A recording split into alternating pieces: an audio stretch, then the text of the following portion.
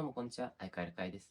今日はアメリカの全国大会で優勝したクライドさんと話す機会がありました。クライドさんは去年の世界大会でも3位を取ったもので、今年はまた世界大会に出る権利を獲得したので、今日はどこで差をつけているか、勝てるようにどうやって工夫しているかとかを聞きたいと思います。このチャンネルは基本的に英語でやってますが、たまにはこうやって字幕がついたコンテンツを出そうと思っているので、もしよかったらチャンネル登録をお願いします。それでは早速課題に入りましょう。Would you like to introduce yourself? Yeah, sure. My name is Jackson Huang. I go by Clyde, and I am the recent North American Nationals winner. You've also came third place in the world last year as well. How did you feel after last year getting third place?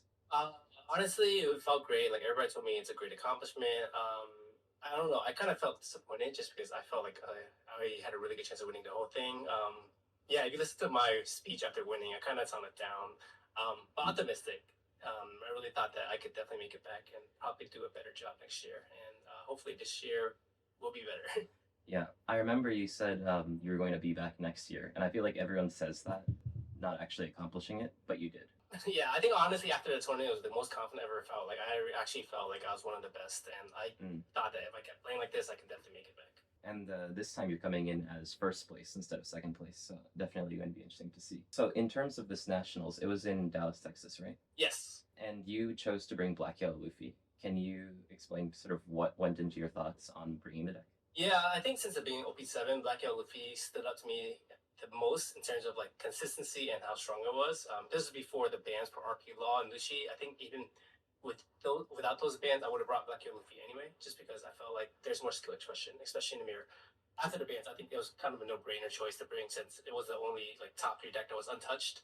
And I also felt like the bad matchups like Perona or Bonnie or Blue, I felt like there was enough skill expression where I could outplay those and make it not so unwinnable. I see. So I guess regardless of the bans, you would have brought Black Yellow Luffy, but the bans made it better, you think? Yeah, it kind of solidified my choice. I think maybe there's a slight chance I switched to Lucci RP Law, but I think after the bans, I think that's the deck I had the most practice on. That's probably the best position deck. And also just because the week before the Europe Nationals, the Black Yellow Luffy won, and I felt like it wouldn't be right for me to switch off. That makes sense. I think one of the first things I would kind of want to touch about, especially if there's Japanese people watching, is that you run 5 1-0s in your deck. Can you kind of explain the logic behind why you put in 1-0s in general? Yeah, I think it was kind of like my thinking when I first got into like card games in general. I'm a pretty new card game player. I've only been playing for like 3-4 years. And I always thought of like 1-0s as kind of raising the ceiling of your deck but lowering the consistency. And I want my deck to be as strong as it can. And then I kind of continued on my trend. Like I used to run a lot more 1-0s, but I started running a lot less now, and now even 5's a lot. But yeah, the 1-up, they all have like a reason for them. And the biggest reason is that they make your opponent have to respect it. If they know you're running a certain card, they have to play around it, and that kind of like gives you like an invisible boost. Right. Yeah, I guess that's also another thing that's different from Japan is that your opponent knows what's in your deck, right, after day 1. Yeah, I think if it wasn't top cut, maybe I wouldn't have done it. Your opponent knowing your deck is definitely a big reason for you to play 1-ups. I see. That's interesting. You mentioned that the 5 1-ups in your deck do all play a role. Could you kind of briefly go over when you use these 1-ups? Yeah, so the most obvious one is 10 cost Kuzan. Like, if your Bonnie opponent especially knows you're playing it, they will try not to starve you because if you play that down with like 4 life, then it's probably an auto win. The other one is the 1-1 ace. This is really good for the mirror because if the mirror knows you're playing it, they can't take a lot of cheap hits and go down to 0 easily. If you have the potential to play ace and get a lot of cards out of them. That came up a lot in the mirror because my opponents like refused to go to 0 when I would have like 5 dawn up because I would be able to ace them for like a 7k attack. Right. The Ice Age is kind of the opposite, where instead of my opponent playing a different way, I play a different way when I have it in hand. Like especially against Bonnie. Against Bonnie, I always need to keep a Kuza on the field to prepare for the Zoro. But if I have Ice Age, I don't need to do it anymore, and I can just play a little bit more greedy. And then the one Yellow Sanji is probably the one that's the least reason for it. It's just there to help my search ratio because I was whiffing a lot with 22 hits, and I wanted one more, and it felt weird playing 2 baby ace or 2 adult ace, and only one of the other side. So that one is the least reason. I see. I'm curious though, did the 5 cost level ever come up your tournament run? Yeah, I grabbed it as kind of a safety net against like the mirror and Lucci especially because they have some 5 costs I need to get rid of. Like for Lucci, if they play a zombie Luffy on curve, I want to get rid of that ASAP. And fingerprint so it was unsearchable while Yellow Sabo is. So I try to grab that if I can. Right. The mirror, I try to get rid of their 5-cost Luffy. And if I don't have an answer for it, then I try to grab the Yellow Sabo there as well. But yeah, it definitely did come up a lot. And it came up especially as like a body in life where I didn't have a blocker Sabo, but I had a baby Sabo, and I wanted to be like a 7K leader. And I guess it also burns one of your life too, so it helps you get down to 0. In our talks, of course, we've talked about the difference between these sorts of lists for these longer tournaments and sort of local lists. How do you think that not necessarily this deck, but how decks may change if you were to bring it for smaller scale tournaments? Yeah, for a smaller scale tournament, I probably wouldn't run as much text because I have like say it's a 5-round tournament. I only have 5 matches. There's a chance I won't even meet my worst matchup. But in a big tournament, I have like 12 plus rounds that to go, and there's a good chance that I might face one of my bad matchups then. Right. Especially in Top Cut, where like any one loss ruins your entire tournament. Like you can go undefeated, have a bad matchup in Top Cut, and then that just ruins your tournament. And I'd rather not have that happen. I'd rather have like a fighting chance against everything. What kind of preparation, whether it's practice or like mental preparation, goes into these kinds of tournaments? I think the biggest thing is getting practice in a real environment. The best thing I had is like day before tournament when I'm just hanging out in a hotel room and playing against friends.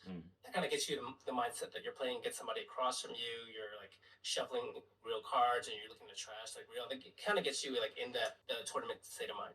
But before that, I play tests with my friends like on webcam, like 5 rounds in a row with like a certain matchup, like BY to Lucci or like BY to Blue, and that helps you get that matchup and then like figure it out. And then in terms of mental, I think the biggest thing is like I come into a tournament like expecting to play like my best, like regardless of result, I want to play my best. And yeah, I try not to like put too much merit on like performing well. I put a lot more merit into me doing my best. But still, playing at your best, you still end up winning the tournament. So I guess maybe you have a bit of a high standard for yourself, or would you not say so? Yeah, for sure. I mean, that's probably a little bit of confidence in myself. Like, I know how good a player can be. Like, I've seen my highs, and they're pretty high. I've also seen my lows, and like my lows can be attributed to like lack of practice or like a lack of like care. If I'm doing poorly, it's probably because I'm not practicing well enough. Because I know like the top that I've reached, and yeah, like I put a lot of pressure on myself to do well, just because it's a big time investment. If I'm not there to win, then what am I there to do? Right. Sorry, you're from New York, was it? Yep, I'm from New York. Okay, so going to Dallas for a tournament's actually not a light thing, I guess. Right. It's like one thing to travel and one expenses, and also like leaving my fiance at home, like not being able to spend time with her. Like I better make the good use out of it if I'm not spending time with like the love of my life. Being back-to-back world's representative and having a wife is definitely more than most people can do in this game. So I guess slightly off topic, but do you read the manga or watch the anime? I don't watch anime anymore, but I read the manga. I'm like caught up with it, and like I make sure I watch it or read it every week. I see, I see. Do you have a favorite character? Oh yeah, for sure, Ace. Just because he's a little brother, I have a little brother, and like it reminds me his relationship with Luffy reminds me of my relationship with my little brother, who's also like a superstar. Well, that's wholesome. I wish I had that good of a reason. I'm curious if the sort of passion for the manga translates to the game in a way, whether it's the decks that you want to play, decks that you choose not to play. Does that have any sort of role? I would say definitely doesn't have a role. Otherwise, I would never play Sakazuki because like Ace my favorite character, so it makes sense for me to play Sakazuki. It definitely has a role in me like enjoying the game so much because I never used to like opening packs or something or like collecting cards, but being able to collect my favorite cards was like really cool to me. So yeah, not so much in terms of playing, but in terms of playing certain decks, but in terms of playing the game, then yeah, manga has definitely influenced me a lot. I guess last thing regarding the manga, if you could have a devil fruit, do you have an idea what you would choose? Ooh, that's a good one. I feel like some kind of like I always liked Anel's power. It just seems like incredibly broken to me. Electricity powers everything in our life, and just I always wanted a Logia just because Logia seemed incredibly broken. I'd probably say now. Yeah, that's actually a good one. You've already achieved #1 in America, #2 in America, #3 in the world. Do you have any other sort of future goals? Yeah, I think #1 in the world is definitely my top goal right now. Even getting #2 in the world would be an improvement, but I think if I get #2, I still wouldn't be satisfied. #1 is probably like my top most goal right now. And the World Championship's going to be in OP09, I presume, right? I don't know yet, so I'm guessing based on the schedule, but yeah, I think OP9. Obviously, by then, the meta will be kind of stabilized. But last year, like Sakazuki, it's going to be interesting, I guess, to see how Europe and North America take the templates that Japan makes and then improves upon them. Yeah, I think it would be really cool. Like last year, it was just Sakazuki was like undisputedly best deck, but this year like, it seems a little bit more wide open. And even I guess with Sakazuki, there was the 10 cost Kazan, which of course you only run one of, and the 3 cost Pilaf that Gono ended up running, for example. It'll be interesting to see, because I'm sure that the decks that you make for those tournaments will also be different to the tournament decks that you bring to like 12-round tournaments against random people. Yeah, for sure. Yeah, that'd be really interesting. Do you have any sort of advice for someone like me, I guess, who's trying to reach your level and improve? Yeah, I think the biggest thing that's helped me is like getting a bunch of friends or people who like enjoy the game as much as you do. Like I'm pretty lucky to surround myself with a bunch of people who like the game or the manga. Like my fiance, like, she doesn't play the game as much, but she does play the game and she loves the manga. So like when I'm collecting, I can enjoy it with her. And then in terms of like the competitive players, like I'm really blessed to be around such great players like Jonas, Cross, like yourself. There's so many players that I can play test with and I can ask for advice because I don't claim to know everything or I won't be able to figure out everything out right away. But I can just always ask them and then they all have an answer for me and it's always a good back and forth.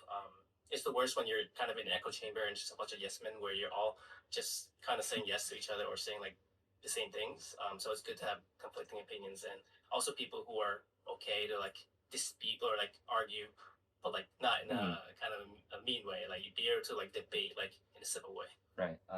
Is there anything that you want to shout out or talk about or say before we sign off? I guess I can shout out like all the people that have helped me get this far, all my playtesting partners, like I said, the Grand Line, like a great group for like just friends, like not even just people who are all good at the game. We're just there to enjoy each other's company. Thanks for Bandai for making the game, and to any Japanese people who are watching this, like I would love to meet you guys when I get to Japan next year and hit up the locals. And yeah, and always, thankful to my fiance. I'll be excited to see you back in Japan in March next year, and I hope that you win. Thank you. Hey guys, I hope you guys enjoyed that video, and if you guys want more content like this, I am planning to make it, so if you are interested, please consider subscribing, consider following Clyde on Twitter. He's a great guy, and I hope I'll see you guys again soon. Bye bye.